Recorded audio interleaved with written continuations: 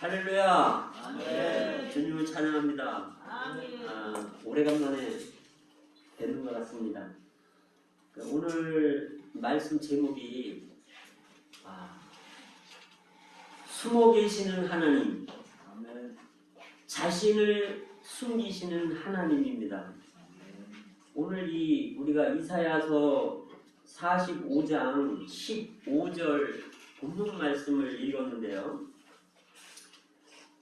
이사야가 그렇게 고백을 합니다. 구원자 이스라엘의 하나님이여, 진실로 주는 스스로 숨어 계시는 하나님이시니이다. 아멘. 이사야가 일생을 하나님을 섬기고 깨달은 게 있습니다. 하나님은 구원자시다. 두 번째 깨달은 거는 하나님은 스스로 숨어 계시는 분이다. 이걸 깨달으셨어요.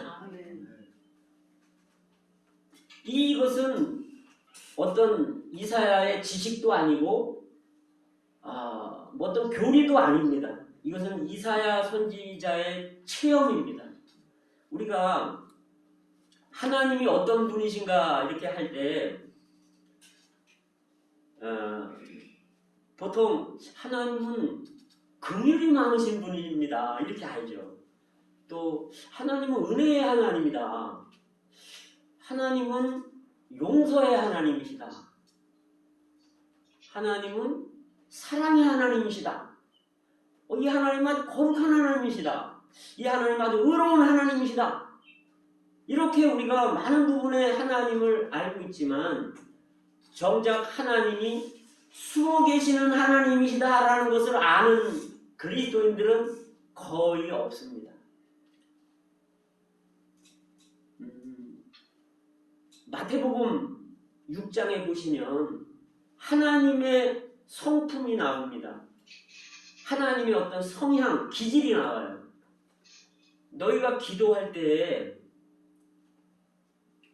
그 시장 어귀나 길모퉁이나 이런 데서 남들에게 보이려고 하지 말아라.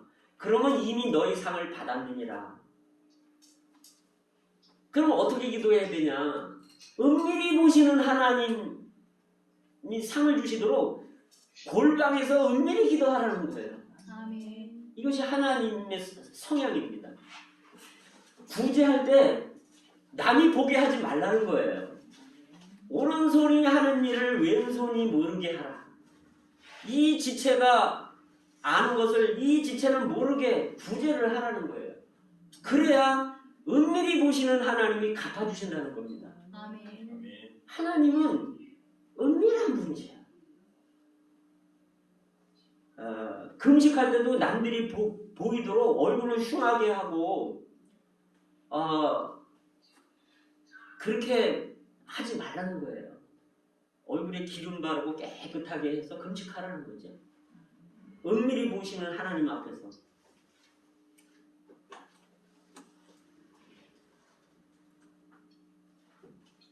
누가복음 24장에 보면요, 마리아가 세 마리아가 있어요. 예수님이 십자가에 못 박혀 죽으시고 이제 안식구 첫날 이 요한나하고 그 다음에 야고보의 엄마 마리아하고 또 막달라 마리아하고 이 세 마리아가 세 여인이 새벽에 향품을 가지고 예수님이 잠들어 계신 그 동굴을 찾아갔어요. 새벽에.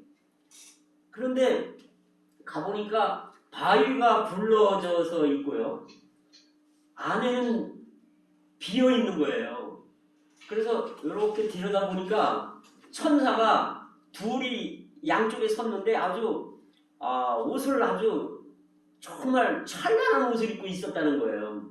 그러면서 천사가 하는 말이, 왜 산 자를 죽은 자 가운데서 찾느냐? 그분은 죄인들에게 넘겨지고 죽으신 다음에 3일 만에 부활해야 한다고 말씀하지 않았느냐? 그래서 이 여인들이 깜짝 놀라서 뛰어가지고 제자들한테 얘기를 했어요. 그랬더니 사도들이 안 믿는다는 거예요. 그런데 베드로는 또 특별하잖아요. 막 달려가가지고 들여다보니까 정말 무덤이 비어있는 거예요. 예수님 부활하셨잖아요. 그날 엠마오로 가는 두 제자가 한 25일이라고 성경에 나와 있는데 예루살렘에서 북서쪽으로 얼마 안 떨어져 있어요. 그래서 예루살렘에서 엠마오로 두 제자들이 걸어가고 있는 거예요. 가면서 예수님에 대한 얘기를 두런두런 하고 있는 거예요. 근데 예수님이 부활하신 예수님이 그들에게 가까이 가셔서 따라가시는 거예요. 같이 동행하시는 거예요. 근데 이 제자들은 눈이 안 보여가지고 예수님인지 모르는 거예요. 그러니까 예수님이 물어보시죠. 지금 무슨 얘기들을 하고 있는 겁니까? 그러니까 예수님한테 뭐라 그러냐면 이 두 제자들이 아니 예루살렘에 살면서 근자에 일어난 일을 모르냐고. 예수가 십자가에 달려서 죽으셨는데 사람들이 가보니까 부활했다 그랬는데 무덤이 비어있다 그랬는데 우리는 보지를 못했다고 그분을. 그러니까 예수님이 이 어리석은 자들아 이 성경 말씀을 그렇게 믿지 않고 신원자들의 말을 선지자들의 말을 믿지 않는 어리석은 자들아 이렇게 하면서 모세의 율법부터 해서 그분 자신에 대해서 쭉 설명을 해주니까 이들의 마음이 뜨거워지는 거예요. 그리고 이제 엠마오로 거의 다 왔어요. 근데 예수님은 그냥 가시려고 하니까 강권에서 붙잡아가지고 예수님을 아유 해도 저물고 그러니까 우리 여기서 같이 하룻밤 묵읍시다. 그러니까 예수님이 그렇게 하자고 이렇게 하시고 저녁을 드시면서 예수님이 떡을 축사하시면서 제자들한테 이렇게 자신에 대해 설명을 하니까 이들의 눈이 밝아진 거예요. 그랬는데 이제 예수님을 알아보게 됐는데 보니까 예수님은 사라지셨어요. 알아볼 쯤이면 예수님은 사라집니다. 왜 그런 분이실까요, 예수님은? 하나님은 보이지 않는 하나님을 믿기를 좋아하셔요. 의지하기를 좋아하셔요. 사랑하기를 좋아하고. 그런데 사람들은 꼭 보이는 하나님이 필요한 거예요. 그래서 이게 큰 시험입니다, 믿는 이들한테. 출애굽기 32장에서 이스라엘 백성들이 홍해를 건너서 광야에 나왔잖아요. 그런데 보이는 하나님을 추구하다 보니까 모세만 쫓아다니는 거야. 그러니까 하나님이 모세를 40일 동안 산으로 데리고 가셨어요. 그러니까 못 찾는 거야, 이 양반들이. 이스라엘 백성들이. 그러니까 어떻게 하냐면 저 모세는 어떻게 됐는지 모르겠다. 우리를 인도할 신을 만들어내라. 이러면서 아론한테 얘기를 합니다. 그러니까 금송아지를 만들었어요. 사람들은 보이는 하나님이 필요한 거예요. 그래서 그 보이지 않는 하나님을 견딜 수가 없는 거예요. 이스라엘 백성들의 이 상태고 이게 우리들의 상태입니다. 그렇잖아요. 하나님이 딱 나타나셔가지고 그래 내가 널 사랑한다. 내가 네 마음 다 안다. 이렇게 나타나셔서 한 말씀만 하시면 우리는 평생 하나님을 죽도록 섬기겠습니다. 그럴 거예요. 그런데 하나님은 계시는지 안 계시는지 이것이 큰 시험입니다. 엘리야가 갈멜산에서 그 바알 선지자들 다 죽이잖아요. 그리고 이제 아합 왕이 그 사건을 보고 비가 오게 하는 그런 사건을 보고 이세벨 자기 와이프한테 가서 얘기를 하는 거예요. 그러니까 이세벨이 화가 머리끝까지 나가지고 엘리야 네가 바알의 저기 선지자들을 다 죽였어. 너 내가 죽인다면서 사람을 보냈어요. 넌 내가 찾아내서 죽인다. 이랬더니 이제 엘리야가 바싹 긴장을 해갖고 야 이제 큰일 났다. 다 죽고 나만 남았다. 그래서 이제 낙심이 되는 거예요. 잡히면 죽으니까. 그래서 도망가잖아요. 그래서 광야로 가가지고 로뎀 나무 밑에서 나 족합니다.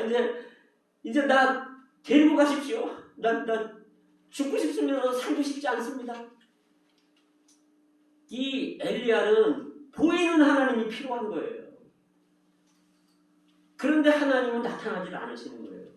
근데 이제 천사들이 나타나서 뭐 숯불에 구운 떡도 주고 물도 주고 그렇게 하면서 이걸 먹고 40일을 걸어서 호렙산으로 갔잖아요. 호렙산으로 왜 갔겠습니까?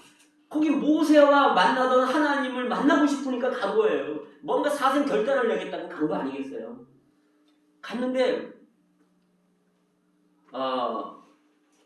하나님이 뭔가 보여주시는데 큰 바람이 부는 거예요. 그래갖고 산이 쪼개지고 바위가 쪼개지고 뭔가 대단한 게 나타나는 거예요. 기적과 이적이 나타나는 거예요. 그런데 그 가운데 하나님이 안 계시는 거예요. 그래서 조금 있더니 지진이 나는데 어마어마한 지진이 나는 거예요. 거기 하나님이 계시겠지? 안 계시는 거예요. 불이 막 어마어마하게 나는데 거기도 하나님이 안 계시는 거예요. 그래서 실망할 때 세미한 음성으로 작은 소리가 들리는 거예요. 하나님은 평상시에 무슨 큰 능력, 기적 이런 데서 하나님이 나 여기 있다 나타나고 보이시는 게 아니라 자그마한 일상적인 생활 가운데 평범한 생활 가운데 우리에게 자그마한 음성을 들려주시는 거예요. 너 그렇게 하면 되겠니? 너 회개해라. 너 그 사람 사랑해라. 너 남편한테 잘못했지 않냐? 작은 음성으로 말씀하시는 거예요.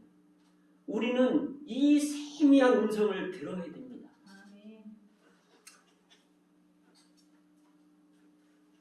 이스라엘 백성들이 얼마나 말을 안 듣고 하나님을 버리고 우상을 숭배했는지 하나님이 이 이스라엘 가나안 땅에 있는 이스라엘 백성들을 느부갓네살 왕을 보내가지고 완전히 회파하고 그 시드기야 왕 끌고 가면서 눈을 다 빼고 하나님을 버리고 우상을 섬기니까요. 그렇게 해서 바벨론에 70년을 징계를 하러 포로로 붙잡히게 하셨습니다. 그러나 하나님은 여전히 이스라엘을 사랑하기 때문에 그냥 징계만 조금 하려고 했던 건데 바벨론 왕 느부갓네살은 아주 지나치게 이스라엘 백성들을 졸짜고 괴롭히는 거예요. 그래서 그 바벨론 제국이 오래 못 가고 그 아들 대에서 망하고 맙니다. 근데 이제 성경에 보면 에스라서가 있고 느헤미야서가 있어요. 이것은 뭐냐면 이스라엘 백성들이 포로에서 다시 귀환해서 예루살렘에서 성전을 지면서 하나님이 돌보시는 역사를 말할 거고, 에스더기가 있는데 에스더기는 비록 그들이 하나님의 징계를 받아서 포로로 붙잡혀 갔지만 그 상황 가운데서 하나님은 은밀히 숨어 계시면서 비밀스럽게 이스라엘 백성들을 돌보시는 것을 기록한 것이 에스더입니다.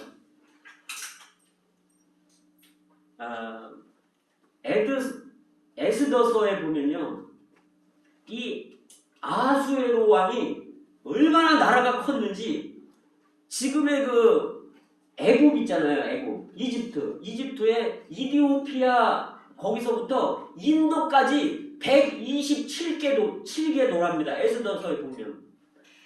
그래서 아수르의 왕이 어마어마한 제국을 갖게 됐어요. 그런데 거기에 이스라엘 백성들이 다 포로로 잡혀서 거기서 고생들을 하고 있는 거예요. 이 아수르의 왕에게 그런 큰 나라를 주신 것은 하나님입니다. 그런데요, 신기하게 와스디라는 왕후가 있었는데 자기를 영광스럽게 하려고 했는데도 잔치에 왕의 명을 거절하고 안 갑니다. 그래서 왕 왕후가 폐위가 되는 거예요. 이게 우연한 게 아니라는 거죠. 그 환경 가운데서 하나님이 이스라엘 백성들을 돌보시고 구원하기 위해서 움직이시는 겁니다. 그래서 이제 그 자리가 공석이 됐잖아요. 황후의 자리가 공석이 되니까 그 유대인 중에 고아 출신 아주 비천한 그 에스더가 왕후가 되는 거예요. 그런데 신기하게 대문 앞에서 모르드게가 이렇게 서 있는데 그 아하수로의 왕을 죽이려고 반역을 꾸미는 것을 모르드게가 그걸 우연히 듣게 됩니다. 이게 우연이겠습니까? 이래서 이거를 그 에스더한테 이야기를 해요. 여기 이제 삼촌지간이나 뭐 그렇게 될 거예요. 거의 사촌지간도 될 수 있고 이 모르드게가 에스더를 양딸처럼 해서 기르잖아요. 그래서 왕후가 됐는데 모르드게가 그 얘기를 듣고 에스더 왕후한테 말을 해갖고 왕후가 그걸 아하수로의 왕한테 얘기를 했어요. 그래서 그래 조사해봐라. 그러니까 진짜예요. 그래서 그 사람들은 다 죽었죠. 반역을 꾀하다가. 그런데 상을 안 주었던 거예요. 우연한 게 아니에요. 그런데 여기에 하만이 있습니다. 하만. 이 하만은 아각 왕의 후예예요. 아말렉 족속이에요. 아말렉과 하나님은 대대로 싸우리라 이렇게 얘기를 했습니다. 사무엘서에서. 이 아말렉은 우리의 육체를 상징하는 겁니다. 그래서 이 아각 왕의 후예인 하만이 모르드게가 자기한테 절을 안 하니까 화가 나가지고 모르드게뿐 아니라 유대인들 이스라엘 사람들을 전부 다 잡아 죽이려고 계획을 했던 거죠. 여기에요. 하나님의 움직임이 보이고요. 사탄의 움직임이 보이는 겁니다. 이 에스더서는요. 하나님이라는 단어가 한 번도 나온 적이 없어요.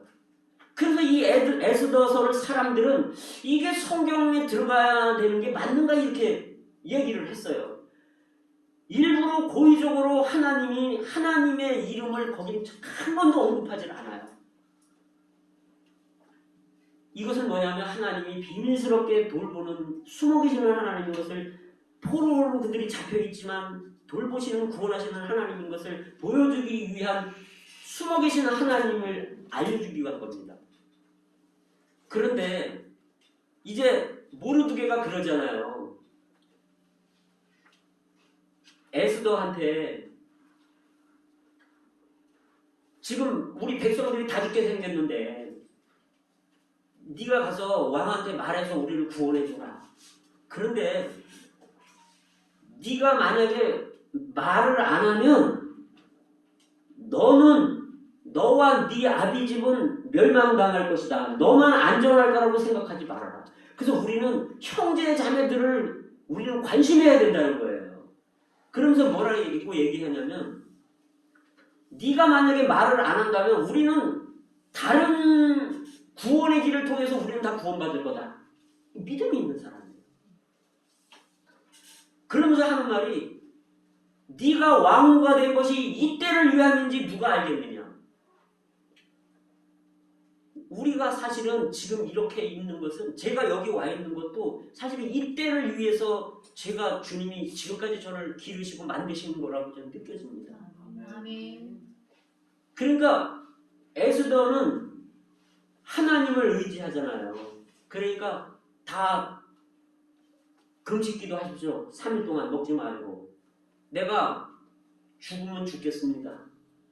이게 에스더입니다. 죽으면 죽겠습니다. 죽게 된다면 죽겠습니다.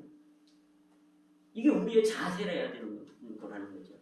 그런데 아하수로의 왕이 어느 날 잠이 안 와요. 그게 우연이겠습니까? 잠이 안 오는 게 우연이겠습니까? 아무것도 아닌 것 같지만 우연인 게 아니라는 거예요. 그런데 역대기를 받대는 거예요, 왕이. 그런데 해필 모르드게가 그 반역하는 거를 알려준 것을 그 대목을 본 거예요. 이게 우연입니까?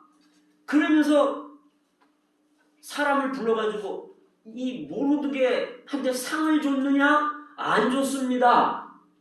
그런데 이 하만이라는 사람이 이 모르드게를 죽이려고 자기 집에 장대를 뭐 50척인가 뭐 50자가 되는 걸 세워놨어요.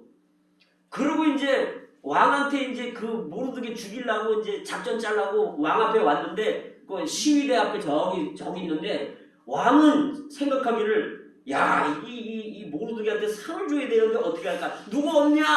왜 그 하필 저기 하만이 그 앞에 와 있습니까? 그러니까 나한테 상을 주려고 그러는구나. 그래서 들어오니까 내가 존귀하게 여기고 상을 주려고 그러는 사람은 어떻게 해야 되겠냐? 그 자기인 줄 알고 왕께서 쓰는 왕관 씌워주시고 왕이 입는 옷을 입혀주시고요. 왕이 타는 말을 태워주시고 한 바퀴를 돌게 해주세요, 성을. 그러면 다 그렇게 왕한테 충성할 겁니다. 야, 모르드게 오라고 해서 그렇게 네가 시킨 대로 해. 결국은 모르드게가 득세를 하고 이 하만은 자기가 꾀를 내서 모르드게를 죽이려고 해서 자기가 그 나무에 달려버립니다. 그렇죠?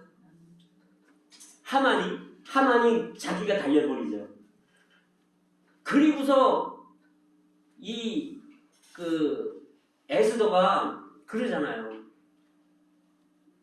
왕 앞에 내가 죽으면 죽으리라 했으니까 왕이 금으로 된 지휘봉을 내놓기 전에는 왕 앞에 가면 안 돼요.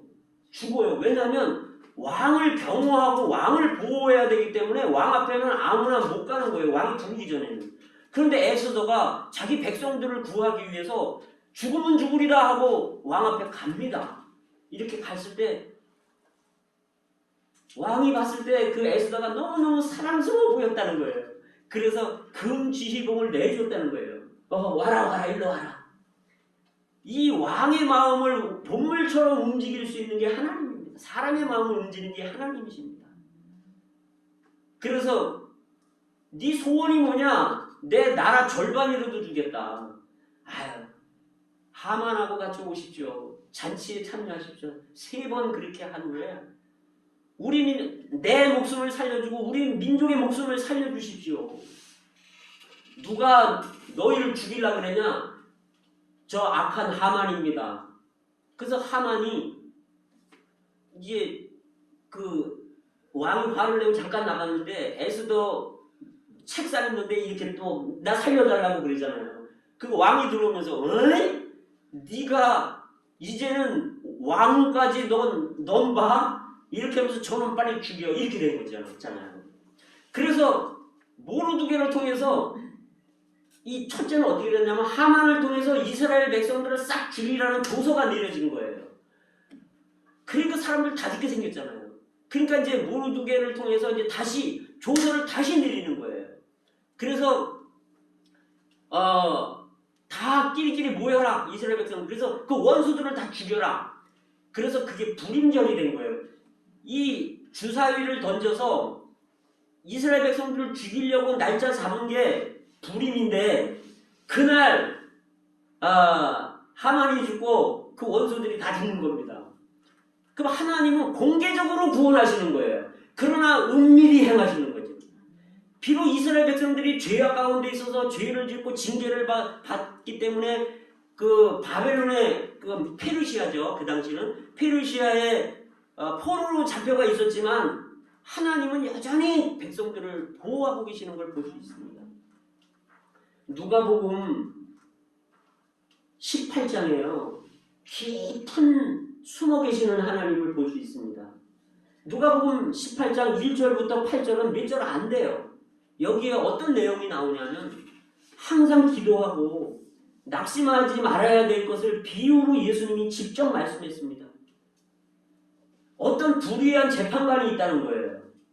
근데 이 재판관은 하나님도 두려워하지 않고 사람도 무시하는 재판관인데 과부가 있다는 거예요. 한 도시에. 이 과부가 매일 와서 귀찮게 한다는 거예요. 내 원수를 갚아달라고 매일 귀찮게 하니까 이 재판관이 아이 내가 하나님도 안 무서워하고 내 사람도 무시했는데 아유 저 여자 귀찮아 죽겠네. 귀찮아서 그걸 들어줬다는 거예요. 원수를 갚아줬다는 거예요. 그러면서 예수님이 하신 말씀이 하물며 밤낮 부르짖는 그 백성들의 자기 백성들의 원한을 안 갚아주시겠냐 하나님이. 여기서 뭘 말씀하냐면 비유로 말씀하시는데 이 과부는 우리 믿는 사람을 말을 하는 겁니다. 왜냐하면 우리의 남편이신 그리스도께서 안 계시는 것처럼 보이기 때문에 우리는 과부와 같다는 거예요. 과부는 남편이 없으니까 어떻게 해야 됩니까? 의지할 데가 없잖아요. 재판장한테 가서 얘기를 해야 되잖아요. 그런데 이 재판장이 불의한 것 같아. 우리 하나님은 불의하신 것 같아. 내가 어려움 당하고 예수를 제대로 믿는 사람들이 고통받고 힘들어하고 그런데도 불의한 재판관처럼 바로 나타나서 뭔가 내가 하나님이다. 너는 이 사람은 내 백성이니까 건들지 말라. 이렇게 하면서 보호해 주셔야 될 것 같은데 하나님은 불의한 분 같은 거예요.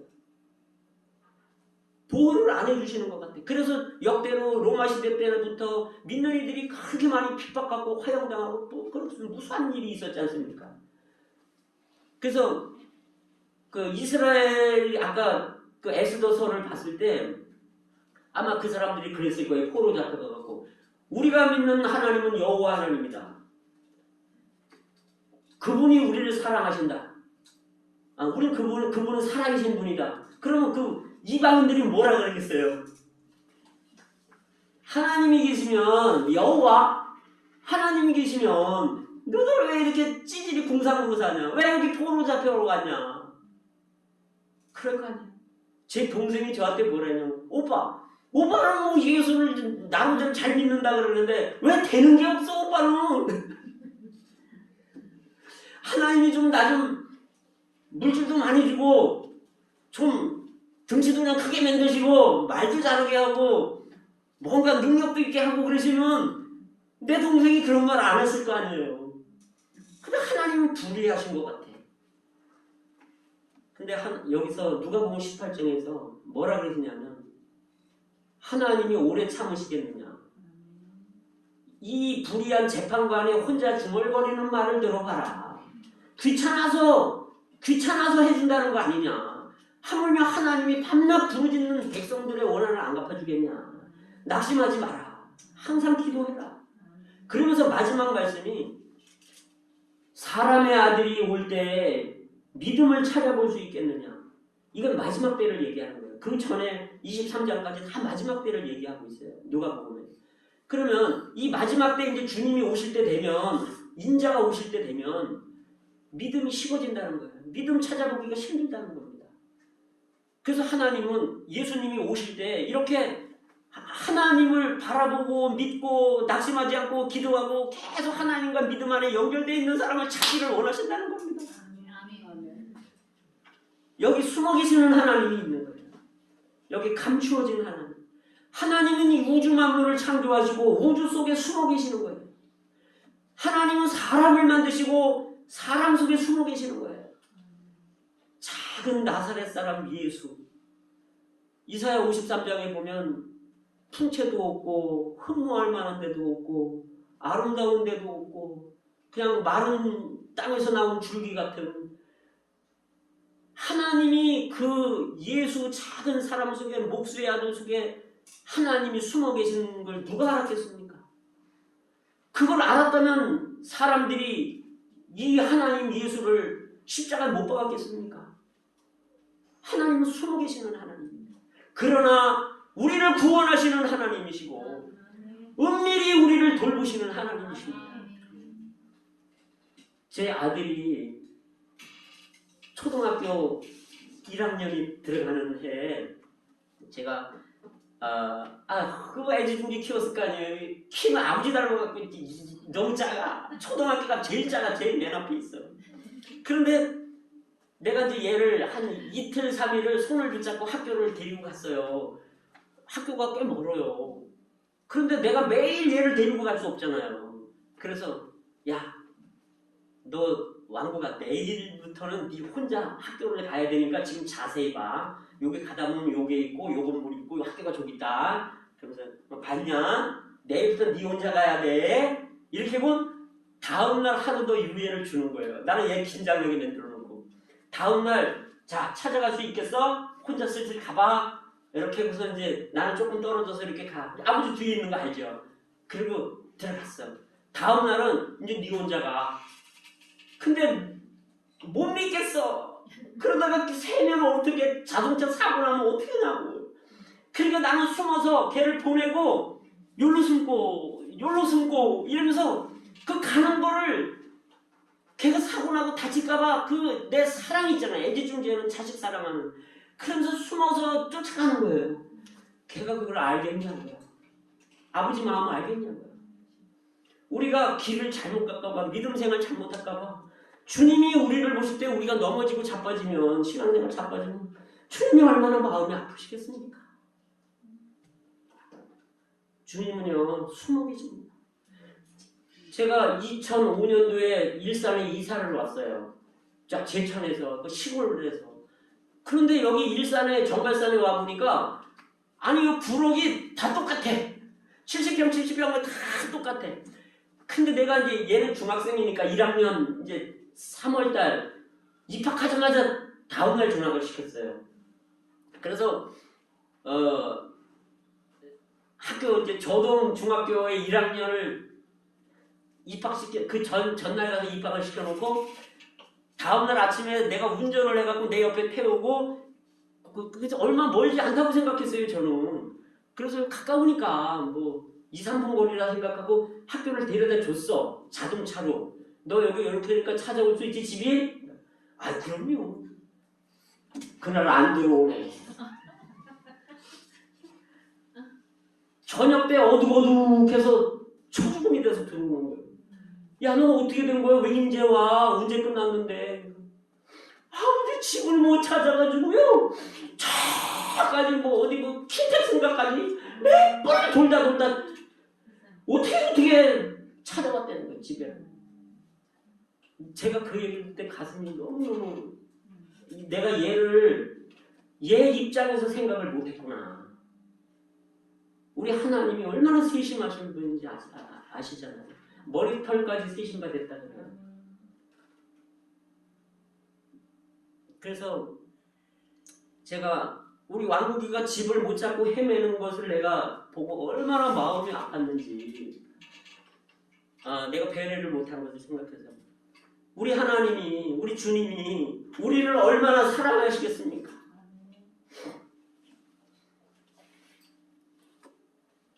하나님은 에베소서 1장에서 우리를 사랑 안에서 선택하셨다는 거예요. 아들들로 선택하셨다는 거예요. 그래서 그 기쁘신 뜻은 뭐냐면 우리를 거룩하게 하고 흠이 없게 해서 아들들이 돼도 그 아들의 자격에 이르도록 예정하셨다는 거죠. 그러면 우리는 이제 아들들이 이제 거듭났으니까 하나님의 아들이지만 코찔찔이 있잖아요. 그러면 이제 장성한 분량의 예수님의 맏아들의 형상처럼 장성한 분량이 돼야 이 하나님의 나라가 이 땅에 오면 우리가 이걸 상속을 받아서 다스릴 거 아닙니까? 지금은 하나님이 숨어 계시는 시대지만 감춰 계신 시대지만 앞으로 천년 왕국이 오면 그때는 하나님이 공개적으로 나타나십니다. 보세요. 하나님이 공개적으로 저한테 나타나시면요 믿음이 필요가 없어요. 보이는 하나님 못 믿을 사람이 누가 있습니까? 그럼 선택받지 않은 사람들도 다 믿게 되잖아요. 하나님은 그분의 계획이 있기 때문에 숨어 계시는 거죠. 자신을 숨기시는 겁니다. 그리고 비밀히 그분의 자녀들을 돌보고 계십니다. 지금. 그래서 그걸 볼 때 누구를 우리가 알 수 있냐면 야곱을 보면 알 수 있어요. 그렇죠? 야곱이 뱃속에서부터 선택받았어요. 큰 자가 작은 자를 섬기리라. 쌍둥이지만 동생으로 태어났잖아요. 형보다 먼저 나가려고 형 뒷다리 나갔잖아요. 그래서 야곱이라는 뜻이잖아요. 근데 하나님이 택했어요. 하나님의 왕자 이스라엘로 택했어요. 근데 얘 기질은 너무나 천연적이야. 그럼 변화시켜야 될 거 아니에요. 그러니까 창세기 27장에서 그 야곱의 상황이 보여지잖아요. 형의 장자의 축복을 팥죽 한 그릇으로 뺏어버리고 형처럼 형 옷을 입고 털 꾸며가지고 아버지를 속이고 형의 축복을 다 받는 거예요. 그 하나님의 왕자 맞습니까? 선택받은 데서는 맞지만 기술장으로는 아닌 거예요. 우리가 하나님의 아들들을 맞지만 정말 우리가 하나님의 아들 맞습니까? 사람들 대하는 거 보면 변화가 돼야 된다는 거죠. 첫째는 변화돼야 되고 두 번째는 성숙해야 되는 거예요. 우리가 거듭났어. 제사 안 받고 거듭났어. 하나님의 생명이 우리 안에 있지만 우린 자라고 변화되고 성숙해야 된다는 거예요. 하나님의 생명으로. 그래서 야곱이 27장에서는 빼앗는 모습이 나오지만 그것 때문에 라반의 집으로 삼촌 집으로 도망가잖아요. 형이 죽여버린다 그러니까. 그래서 딱 보니까 라헬이 자기 마음에 딱 들어왔어. 그래서 라헬을 사랑하고 자기 선택 때문에 20년을 거기서 생고생을 하는 거예요. 그런데도 안 변해.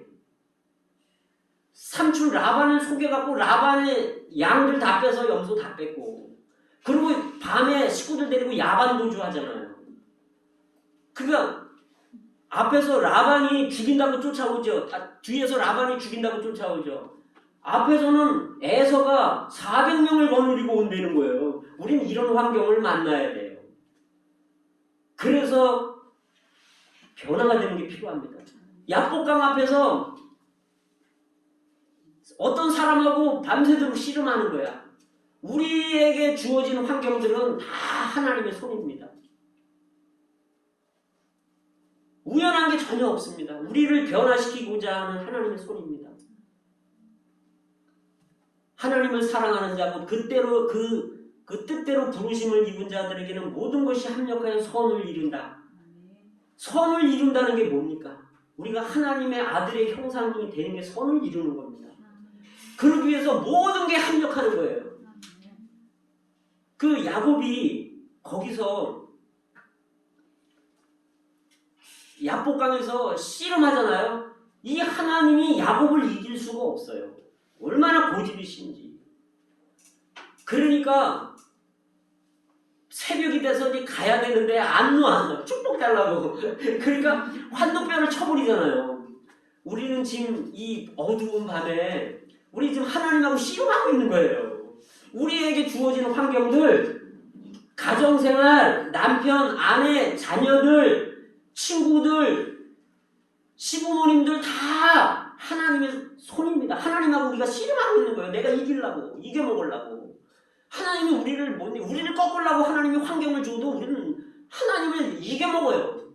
그러니까 하나님이 안 되겠으니까 환도뼈를 쳐버리는 거예요. 그런데 이제 날이 밝잖아요. 분이엘이라는 거예요. 하나님의 얼굴을 봤는데 안 죽었어. 우리가 만나는 환경들은 다 하나님의 환경입니다. 근데 아직 안 죽은 거예요. 죽을 수도 있어요. 근데 우리가 죽으면 우리가 주인공인데 우리가 죽으면 하나님은 아들들을 못 얻잖아. 죽지는 않습니다. 그래서 어쨌든 이 야곱이 변화가 시작되는 거예요. 그게 창세기 32장의 변화가 시작되는 거예요. 왜? 천연적인 생명, 밤에는 건강하고 씩씩하고 힘이 셌는데 이제 빛이 오니까 하나님의 얼굴을 보니까 그때부터 절어요. 절어. 근데 하나님이 다 지키잖아요. 라반한테는 꿈에 나타나갖고 너 야곱한테 선악한 말하지 마. 그거 꼼짝 못하는 거예요. 에서한테는 형제 사랑을 일으켜갖고 끌어안고 울게 만드는 거예요. 우리 지금 당장 만나는 환경들은 죽을 것 같아. 그렇지만 하나님의 손길이라는 거예요. 안 죽습니다. 우리 안 죽어요. 안 죽습니다. 그거 갖고 안 죽어요. 하나님의 손길입니다. 거기 변화의 시작이 있고 그 다음에 제가 몇 분까지 할 수 있죠? 한 지금 30분 한 것 같은데 한 10분 정도 더 할 수 있나요? 충분히 하세요. 네, 감사합니다. 이제 변화의 시작이 창세기 32장이라면 이제 이 환도뼈를 맞아서 절어. 그게 시작이라면 변화된 사람은 35장에 보면 변화된 야곱을 볼 수 있어요. 자기가 사랑하던 라헬이 죽네. 길에서 애기 낳다가. 그래서 이름을 이 라헬이 베논이다 이렇게 부르잖아요. 슬픔의 아들이다. 왜? 자기가 죽으니까. 고통스러우니까. 근데 야곱은요. 아니다. 베냐민이다. 오른손의 아들이다. 이게 뭐냐면 이제 변화된 거를 말해요.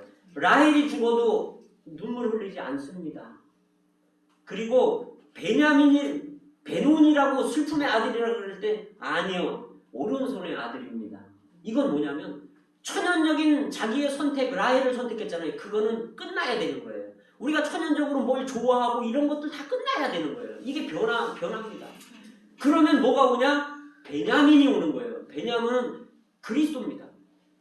이 땅에서는 슬픔의 아들 베논이고 부활하셔가고는 승천하셔서는 하나님 우편에 앉은 오른손의 아들이 그리스도입니다.